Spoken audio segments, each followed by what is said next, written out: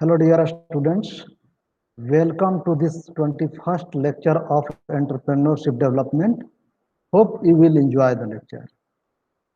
In the previous lecture I have discussed about the model of project reports. Today I am going to discuss about the format for preparing the project report. Actually जो format project report का है वो totally जो है इस link से लिया गया है दैट इज आप यहाँ इसका मैंने क्लियरली मेंशन कर रखा है। अ, देखिए यहाँ पे ये जो है, एक सेकंड में कमेंट से पेंसिल ले लेता हूँ। ये जो है लिया गया है Indian institute of space science and technology IIST से। तो यहाँ भी आप इस लिंक पे क्लिक करके देख सकते हैं क्लियरली। उसमें हम थोड़ा सा खाली नेम चेंज किए हैं, बाकी सब सेम है क्योंकि काफ़ी स्टैंडर्ड फॉर्मेट है। तो आप प्रोजेक्ट रिपोर्ट कैसे प्रिपेयर कीजिएगा, जैसे लिखा है कि पहले तो होगा कि आपका इंस्टीट्यूट का नाम ऊपर होगा, गवर्नमेंट पॉलिटेक्निक का, या यदि कोई दूसरे पॉलिटेक्निक का आप स्टूडेंट हैं तो भी यहाँ उसके अकॉर्डिंगली आप मेंशन कीजिएगा। ठीक, यहाँ से शुरू कीजिएगा। ओके, उसके बाद क्या दे रहा है कि the right up should focus on the specific objective of the project, the methodology used, the major findings regarding title. Instead of giving a general topics like title, be a specific, emphasize on explicit nature of the work. Now, the report should be brief with number of pages. Actually जो page होना चाहिए जो है वो 30 page से ज़्यादा नहीं होना चाहिए, ये भी ध्यान रखना है मेन कंटेंट का। ठीक ना। और please consult with respective department for specific instruction in this regard. यदि कुछ और इंस्ट्रक्शन इसमें है तो आप जिस ब्रांच से के आप स्टूडेंट हैं उस ब्रांच से आप कंसल्ट करके इसमें कमी और बेशी कर सकते हैं। ठीक ना। So front matter appendix etcetera can be ना, it can be extra extra हो सकता है। उसके बाद मेन कंटेंट जो है 30 पेज का होगा ना। एक स्टैंडर्ड फॉर्मेट है। ठीक ना। अब इसमें जैसे कि आप देख रहे हैं कि अरेंजिंग द कंटेंट, आप कंटेंट का अरेंज किस तरीके से करिएगा, एक सेकेंड ना, उसका यहाँ पे ध्यान रखना है कि पहले होगा क्या कि पहले होगा कवर पेज, कवर पेज और टाइटल पेज ना। उसका जो भी आपका कवर पेज या टाइटल पेज का जो फॉर्मेट होगा उसको डिजाइन करना। उसके बाद आएगा bonafide certificate from the project supervisor, counter sign by the HOD, division group head, जो भी वो पार्टिकुलर ग्रुप के हेड हैं उनके द्वारा। ठीक ना। देन डिक्लेरेशन बाय ऑथर ना, जो भी ऑथर जो राइटअप आपने प्रोजेक्ट रिपोर्ट बनाया है यदि कोई इंडिविजुअल स्टूडेंट ने तो उसका डिक्लेरेशन रहेगा। उसके बाद एब्स्ट्रैक्ट, एब्स्ट्रैक्ट जो है कि पूरा इसमें क्लियरली सारे पॉइंट को एक्सप्लेन किया गया है ना, कि एकदम कंक्रीट जो है शॉर्ट फॉर्म में हाफ पेज के आसपास, मतलब 100 से 50 से 100 वर्ड के बीच में रहेगा, जो कि कॉन्साइज जो कुछ फाइंडिंग है उसके बारे में यहाँ पर रहेगा। एक second, I think mobile is not silent. Okay, उसके बाद टेबल ऑफ कंटेंट्स ना, उसके बाद आप टेबल ऑफ कंटेंट दीजिएगा। देन लिस्ट ऑफ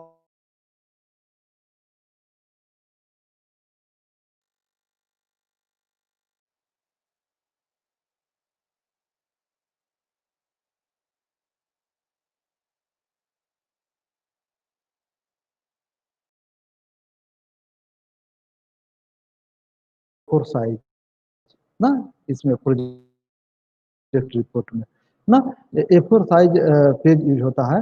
और उसके बाद जो है कि the cover should be printed in black letter and text for printing should be identical. ये ध्यान रखना है कि जो भी टेक्स्ट हो जैसा कि सजेस्टेड है उसके अकॉर्डिंग आपको उसको प्रिपेयर करना है। ठीक ना। अब जो है preparation format, cover page and title page, इसका कवर पेज और टाइटल पेज को कैसे प्रिपेयर करेंगे, तो specimen copy of cover page and title page of the project reports are given in appendix 1। अब appendix 1 देखिए, यहाँ जो पीछे अपेंडिक्स 1 देख रहे हैं ना, यहाँ अब इसमें क्या है कि जैसे कि टाइटल, ये टाइटल जो होगा उसका फॉन्ट साइज 18 रहेगा ना, और लाइन स्पेस जो है 1.5 रहेगा। देन उसके बाद जैसे कि यदि आप इंटर्नशिप प्रोजेक्ट कर रहे हैं तो उसको इस तरीके से इंटर्नशिप प्रोजेक्ट रिपोर्ट लिखिएगा। यदि आप जो है कोर्स वर्क का ही पार्ट है तो उसका मेंशन कीजिएगा, और उसका फॉन्ट जो रहेगा वो रहेगा कितना, 14 रहेगा। बाई फिर इटैलिक में अपना नाम लिखिएगा, जो बाई जो है कि ये कितना रहेगा, ये 14 रहेगा। फिर 16 फॉन्ट में रहेगा आपका नाम और रोल नंबर यहाँ पे, ठीक ना। उसके बाद इस पेज पे 14 जो फॉन्ट में रहेगा डिपार्टमेंट, यदि डिपार्टमेंट इलेक्ट्रिकल के आप हैं तो लिखिएगा department of electrical engineering, mechanical के हैं तो लिखिएगा department of mechanical engineering, government polytechnic गया ना। यदि अगस्त में आप सितंबर में करते हैं तो लिखिए सितंबर 2020 ना। इस प्रकार से आपको अकॉर्डिंगली ऐसा मेंशन करना है। उसके बाद हम आते हैं जो नेक्स्ट पॉइंट है, बोनाफाइड सर्टिफिकेट ना। जो बोनाफाइड सर्टिफिकेट का जो फॉन्ट स्टाइल वगैरह दिया गया है 14 होना चाहिए। अपेंडिक्स 2 देखते हैं। अच्छा, इसमें बोनाफाइड सर्टिफिकेट का क्या फॉर्मेट होगा ना, उसको आप रीड कर लीजिएगा, उसी को मैं यहाँ एक्सप्लेन कर देता हूँ। अब देखिए ये सेकेंड अपेंडिक्स, ये बोनाफाइड है ना। Font style times new Romans, size 16 इसका होना चाहिए। जो ए हेडिंग है बोनाफाइड का वो 16 रहेगा। अब इसमें आप कैसे लिखा गया है कि this is to certify that this project report and title, title of project, जो भी आपका प्रोजेक्ट का टाइटल होगा वो यहाँ मेंशन कीजिएगा ना, डबल इन्वर्टेड कोमा। उसके बाद सबमिटेड टू किसको कर रहे हैं, गवर्नमेंट पॉलिटेक्निक गया में कर रहे हैं या दूसरे किसी पॉलिटेक्निक में कर रहे हैं तो वहाँ लिखिएगा submitted to this is bonafide record of work done by name of the student ना। यानी कि कोई भी यदि एक्स वाई जेड जो भी स्टूडेंट किया उसका नाम यहाँ पर मेंशन हो जाएगा। उसके बाद under my supervision starting date from इतना टू इतना। तो ये जो है कि यहाँ पर आपके जो है सुपरवाइजर जो भी आपके गाइड हैं ना, उनका सिग्नेचर होगा, ठीक ना। और उसके बाद जो है कि को सिग्नेचर यदि काउंटर साइन हेड का होगा। तो इस तरीके से जो फॉर्मेट आप देख रहे हैं इसमें ये कीजिएगा, बोनाफाइड बनाइएगा। उसके बाद जो थर्ड है इसको मैं इसी को बता देता हूँ। इसी का मेंशन पूरा कंप्लीट ऊपर में दिया गया है। अब जो थर्ड अपेंडिक्स का जो पार्ट आप देख रहे हैं अपेंडिक्स 3, इसमें डिक्लेरेशन बाय ऑथर। अब ये ऑथर का घोषणा होगा यहाँ जो है कि ये था बोनाफाइड ना सर्टिफिकेट, जो कि आपके सुपरवाइजर का यहाँ सिग्नेचर रहेगा इस पे। ये जो है कि डिक्लेरेशन ऑफ ऑथर, ऑथर का क्या रहेगा, this is to declare that this report has been written by me public us. यानी यदि कोई ग्रुप ने वर्क किया है तो लिखेगा अस, यदि किसी कोई इंडिविजुअल ने वर्क किया तो लिखेगा कि मी ना। No part of the report is plagiarised, यानी कोई भी पार्ट कहीं से मैच नहीं करेगा, मैंने जो किया है उसको खुद लिखा है, इसका ये मतलब हुआ।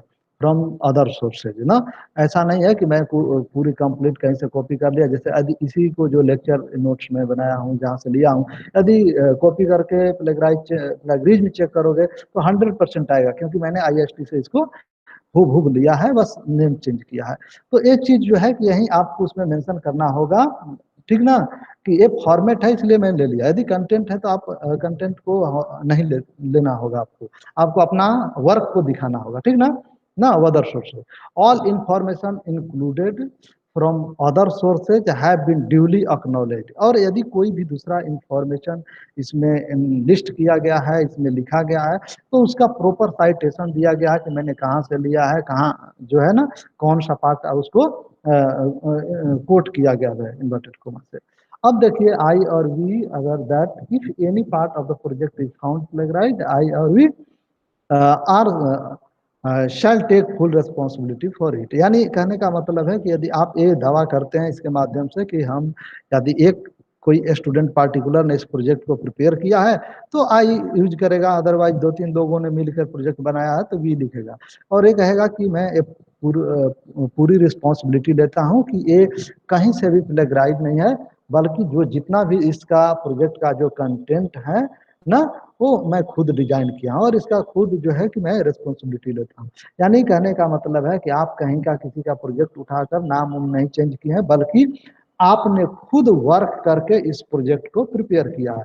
जैसे सिग्नेचर ऑफ ऑथर, अब यहाँ सॉरी वर्क किया है। अब उसके बाद यहाँ जो रहेगा सिग्नेचर ऑफ ऑथर, जो लिखा है ना, नेम ऑफ ऑथर, उसका नाम क्या, साइन रहेगा, उसका नाम क्या क्या है, उसका रोल नंबर क्या है।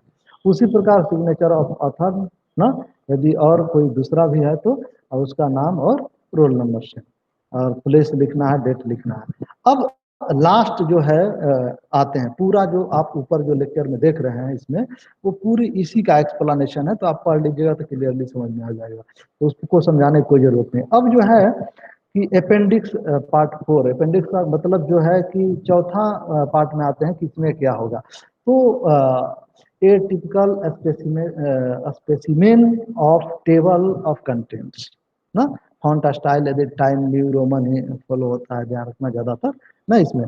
तो इसमें जो स्टाइल प्रिस्क्राइब्ड है रिपोर्ट में, या जो भी स्टैंडर्ड फॉर्मेट है, उसको आपको उस फॉन्ट को यूज करना है। अब टेबल ऑफ कंटेंट में पहले तो अब्स्ट्रैक्ट रहेगा, उसको अब्स्ट्रैक्ट और नोमेनक्लेचर और कंटेंट, इसको हम इस तरीके के रोमन में करते हैं, ठीक ना। यहाँ से 1 2 शुरू नहीं करते हैं, क्योंकि हमारा वर्क यहाँ से नहीं शुरू होता है, ठीक ना। उसके बाद ना, जैसे एक चैप्टर नंबर टाइटल ना, चैप्टर नंबर एंड टाइटल इसमें रहेगा, इसमें क्या है, पेज नंबर का मेंशन है ना। अब जैसा कि बुक में आप देखिएगा तो कैसे लिखा रहता है। अब यहाँ देखिए कि मान लेते हैं पहला हमारा चैप्टर नंबर 1 है, इस क्या है, इंट्रोडक्शन। इंट्रोडक्शन कहाँ से शुरू हुआ, 1 से शुरू हुआ। उसका 1.1 में मैंने प्रॉब्लम एड्रेस किया है, 1.2 में मैंने थोड़ा सा उसको एक्सप्लेन किया है, 3 में वैसे ही जो जो चीज़ आप जो मेंशन करते जाइएगा, उसको जिस चैप्टर में रहेगा उसका मेंशन करना होगा। ये वर्ड में भी आसानी से बन जाता है ऑटोमेटिक, आपको थोड़ा सा इसमें सीखना होगा। अब देखिए उसके बाद रिलेटेड लिटरेचर, यदि आपने इसको वर्क शुरू करने से पहले जो कुछ भी पढ़ा है, कहाँ कहाँ से पढ़ा, कौन सा लिटरेचर पढ़ा, कौन सा आर्टिकल पढ़ा ना, और पहले से जो हुआ था वर्क उसको किस तरीके से, उसका मेंशन क्लियरली इसमें रिलेटेड लिटरेचर के अंदर करना है। पॉइंट 1 2 3 में इंटरनेशनल लेवल का वर्क आपने कितना पढ़ा, नेशनल लेवल का वर्क आपने कितना पढ़ा, स्टेट लेवल का वर्क कितना पढ़ा, लोकल लेवल का वर्क। तो इन सारी चीज़ों को 1 2 3 4 5 करके आप लिस्ट कीजिएगा, और उनकी क्या फाइंडिंग रही है उस पूरे वर्क का, वो यहाँ मेंशन कीजिएगा। उसके बाद जो है, जो चौथा 1.3 दिया, स्कोप ऑफ द प्रोजेक्ट ना, यानी ये जो आप किए, इसमें इसके माध्यम से आप पता किए कि ये सारा काम वर्क हो चुका है, अब इसके बाद क्या वर्क बचा है जिसके ऊपर हम काम करने जा रहे हैं, इसके अंदर ही वो भी मेंशन होगा। उसके बाद जो है स्कोप ऑफ द प्रोजेक्ट, ये भी मेंशन करना होगा कि अब की प्रोजेक्ट का क्या स्कोप है, इसका क्या भविष्य है ना, इसकी क्या क्षेत्र है। उसके बाद अप्रोच यूज फॉर डिटरमाइन ना, डिटरमाइन करने के लिए इसका जो है कौन सा आप अप्रोच यूज कर रहे हैं, वॉटेवर ना, तो इसका मेंशन करना होगा। यानी कि आप ये जो कंटेंट टेबल ऑफ बनाइएगा, आपने जो भी अंदर वर्क किया है प्रोजेक्ट में, उसका मेंशन होगा, ताकि जैसे आप बुक में कोई चैप्टर पर जाना चाहते हैं तो देखते हैं इतना 303 पेज पे, 303 पेज लेकर आए और वहाँ पर पहुँच गए। तो इस प्रकार से ये वर्क होगा। जैसा कि मैंने बता दिया, रेफरेंस भी दिया हूँ, तो मैं IIST से मैं पूरा कंटेंट लिया हूँ, तो आप यहाँ भी देख सकते हैं, सेम चीज़ है, कुछ भी इसमें चेंजेस नहीं है, बस सिर्फ चेंजेस है नाम का। तो उसी का पूरा कंप्लीट इस लेक्चर में जो है मेंशन किया गया है। देखिए आप यहाँ अब्स्ट्रैक्ट का फॉर्मेट शॉर्ट होना चाहिए, जैसा मैंने बता दिया, टेबल ऑफ कंटेंट जिसका एक्सप्लेनेशन कर दिया मैंने, जो क्या होता है, लिस्ट ऑफ सिंबल्स, अब्रिविएशन, जो कुछ भी हो, चैप्टर्स, आप चैप्टर 1 चैप्टर 2 जो भी लिखे हैं ना, उसका मेंशन, इंट्रोडक्शन जो है अभी आप ये किए, तो उसमें यदि आपने कहीं से कुछ पढ़ा है तो वो भी प्रॉपर साइटेशन रिपोर्ट लिखा है, तो ऐसे करके 1 उसमें दिया है। और 1 से 3 2 से ज़्यादा लोगों ने उस रिपोर्ट को प्रिपेयर किया है, तो लिखेंगे, मान लेते हैं कि जिंगाग एट आल है, यानी मतलब कि एट आल ये बताता है कि 2 से ज़्यादा लोगों ने उस रिपोर्ट को प्रिपेयर किया। इस तरीके से हम साइटेशन देंगे। अप्रोच जो भी यूज आप किए हैं ना, तो उसका डिटेल आपको जो है देना होगा, ठीक ना, क्या पैरामीटर्स रहा है, ठीक ना, और डिस्क्रिप्शन उसका देना है, ये सारी चीज़ें। उसके बाद रिजल्ट एंड डिस्कशन, जो रिजल्ट आता है उसका आप उसमें डिस्कशन किए होंगे, वही तो बना है पूरा मैटर, तो वो चीज़ इसमें मेंशन करना होगा, जैसा कि मैं डिस्कस कर चुका हूँ पीछे। वो लास्ट में। अब कंक्लूजन एंड रिकमेंडेशन, जो लास्ट आपको देना होगा, जो एक मैंने आपने वर्क किया, वर्क करने के बाद आपने क्या कंक्लूजन आया ना, और क्या आप पॉलिसी सजेस्ट कर रहे हैं उसके आधार पे, ठीक ना, इस तरीके से ये सारा कंप्लीट रहेगा। लास्ट में आपको ये भी ध्यान रखना है, अपेंडिक्स का ये मतलब हुआ कि आप कोई ऐसा चीज है जो रिलेटेड नहीं है लेकिन हेल्प करेगा, तो उसको आप अपेंडिक्स में दे दिए कि यदि कोई चाहता है तो इसका देखें ब्रैकेट में, जैसा कि इसमें भी दिया गया था कि आप इसको अपेंडिक्स 1 में देखिए, वैसे ही आप उस रिपोर्ट में देखिएगा कि इसके लिए आप अपेंडिक्स 1 देखिए, अपेंडिक्स 2 देखिए, जहां भी आप देना चाहते हैं ना, सप्लीमेंट्री इंफॉर्मेशन के तौर पे आप इसको दे सकते हैं। अब उसके बाद लिस्ट ऑफ रेफरेंसेज जो है, लिस्ट ऑफ रेफरेंसेज देखिए ये जो है इस तरीके से होगा, लिस्ट ऑफ रेफरेंसेज कि आपने कौन कौन बुक पढ़ा, वो बुक कहाँ पब्लिश हुआ, किस वैल्यू में पब्लिश हुआ, किस सिटी में पब्लिश हुआ, कि किस पेज नंबर से आपने कहाँ से कहाँ पेज नंबर पे आपने मैटर को पढ़ा, ये सारा चीज एक कंप्लीट इंफॉर्मेशन इसमें रहेगा, ताकि यदि कोई दूसरा भी चाहे तो उसको पढ़कर और कुछ और हासिल कर सके, ठीक ना। तो इन इस प्रकार से एक जो है कि प्रोजेक्ट रिपोर्ट का एक कंप्लीट फॉर्मेट है। आप इसके इस तरीके से आप इसी फॉर्मेट में कोशिश कीजिए, क्योंकि स्टैंडर्ड फॉर्मेट है, तो आप इसी फॉर्मेट में कोशिश कीजिए कि अपना रिपोर्ट बनाएं। और ये ध्यान रखना है आपको कि जो रिपोर्ट है वो काफ़ी मतलब रियलिटी उसमें होनी चाहिए ना, ताकि जो है कि आप कुछ लर्न कर सके, ठीक ना। ऐसा नहीं कि कॉपी पेस्ट नहीं होना चाहिए, this is the learning phase. और एक चीज और जो महत्वपूर्ण है इसमें कि आप जो भी आप अपने ब्रांच के जो भी सर लोग हैं उनसे डिस्कस कर लीजिए, और डिस्कस करके अपने एक गाइड अलर्ट करके अपना वर्क करना शुरू कर दीजिए।